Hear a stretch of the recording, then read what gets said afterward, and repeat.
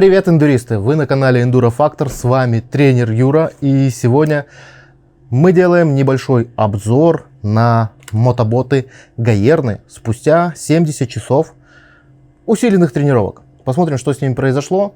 Честный отзыв. Это мои боты, вы меня видели в них, я в них езжу и расскажу плюсы и минусы, все, что с ними произошло за этот срок. Будем рассматривать на правом мотоботе, потому что он у нас является наиболее пострадавшим. Все их плюсы наверняка вы знаете. Вы знаете, что это топовые мотоботы, вы знаете, что Jarvis и же с ними часто на них ездят. А я хочу вам рассказать, что у меня с ними приключилось вот спустя эти 70 моточасов. Первое, что хочу сказать. Почему-то получилось так, что вот эта кожа, которая здесь у нас находится, она начала облазить. Облазить начала практически сразу. Ну, наверное, это ничего страшного, но тем не менее не самая приятная история. И вот здесь у меня протерлась дырочка, прям появилось отверстие вот в этом месте.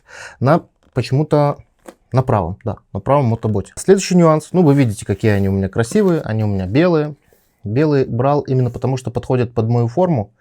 Конечно, белый цвет для мотоботов не самый лучший, потому что надо часто мыть, надо часто ухаживать. И вы видите, вот сейчас они идеально вымыты, но все равно на них очень много грязи, скажем так, которая уже не вымывается. Следующий момент, который произошел спустя 70 моточасов, вот этот шов, который находится вот здесь, вот прям показываю вам на камеру, он чуть-чуть разошелся. Не знаю причину. Может быть, сюда что-то попало, может быть, попала какая-то ветка, может быть, просто так. Но вот этот шовчик уже пришлось занести в мастерскую и подшить, потому что, я заметил, что он расходится, и решил сразу его, так сказать, подлатать.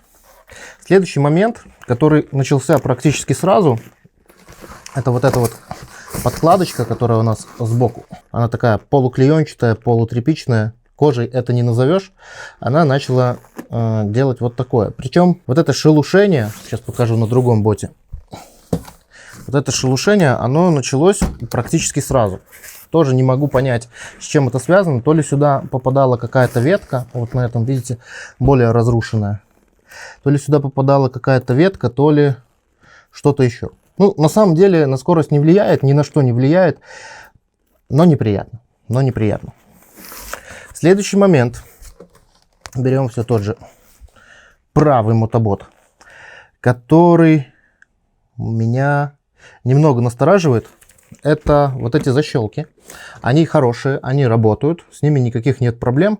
Но нюанс, когда погода пыльная и когда вы ездите по местам, где есть очень-очень мелкий такой песочек, вот сюда, в эти защелочки набивается этот песочек, и они перестают работать вот в каком смысле, что их как будто тяжело защелкнуть. То есть набивается куда-то вот сюда, и пока их не вымоешь, вот прям у меня один раз набилось так, что было страшно, что я думал, что я сломаю, прежде чем застегну, и по итогу не стал застегивать. Пришлось вот прям кисточкой аккуратненько вымывать, керхером вымывать и выдувать отсюда вот мелкий песочек. Такой нюанс, но он в принципе преодолимый. Что хочется сказать, что произошло с подошвой, давайте посмотрим внимательно. Подошва сильно не пострадала. Точнее, практически не пострадала. Да, есть износ, но, простите, 70 моточасов. И давайте посмотрим. Все соревнования, которые были в прошлом году, я проехал именно в этих мотоботах. А это и 4 сезона, 2 этапа, и Орша, и... Так, драпежную ваверку я пропустил, и Речица, и Заславль. Как минимум 5 соревнований они проехали, и плюс жесткие тренировки. Что можно сказать хорошего? Хорошего можно сказать, что эти мотоботы, по сравнению с моими предыдущие мотоботы у меня были форма, они у меня и остались. Единственное, почему я перешел на Гаерны, потому что в мотоботах форма у меня почему-то начала расти кость. Не знаю, с чем это связано. В какой-то момент мне просто в них стало неудобно. Я и до сих пор их использую, как вторые мотоботы подменные. Но мотоботы Гаерны, они чем славятся? Тем, что у них материал с памятью. То есть первые 2-3 покатушки ты их прям ощущаешь, они могут быть даже неудобные, но потом ты про них просто забываешь. И я действительно испытал на себе эту функцию, эту историю. Действительно, они настолько удобные, что их называют еще тапочки. Ты действительно в них находишься как в тапочках. Это очень кайфово. Это не может не радовать. Вот могу вам еще показать стельку, что с ней произошло за 70 моточасов. В принципе, ничего с ней страшного не произошло. А вот в мотоботах форма у меня она как бы свернулась и стала выглядеть не очень. Что еще могу сказать, что на самом деле любая экипировка и мотоботы в том числе, они требуют привыкания. Потому что вот я сейчас катаюсь в старых мотоботах форма, потому что эти специально вымыл для вас, для того, чтобы снять этот видеообзор. И я поехал на трассу в Селичи, и я еду как инвалид. И не понимаю, что происходит. А вот что происходит. Происходит то, что к этим мотоботам я уже привык. И резко пересел в те мотоботы, и они, оказываются, не такие удобные, и к ним нужно привыкать. Поэтому, друзья, если чем-то пользуетесь, то пользуйтесь этим долго. Отдельно хочу сказать по поводу вот этих вот вставочек. Я не знаю, из чего они сделаны. Такая полурезина, полупластмасса. Они очень хорошо помогают цепляться за боковинки, за пластик и в целом держаться за мотоцикл. Это тоже несомненный плюс этих мотоботов.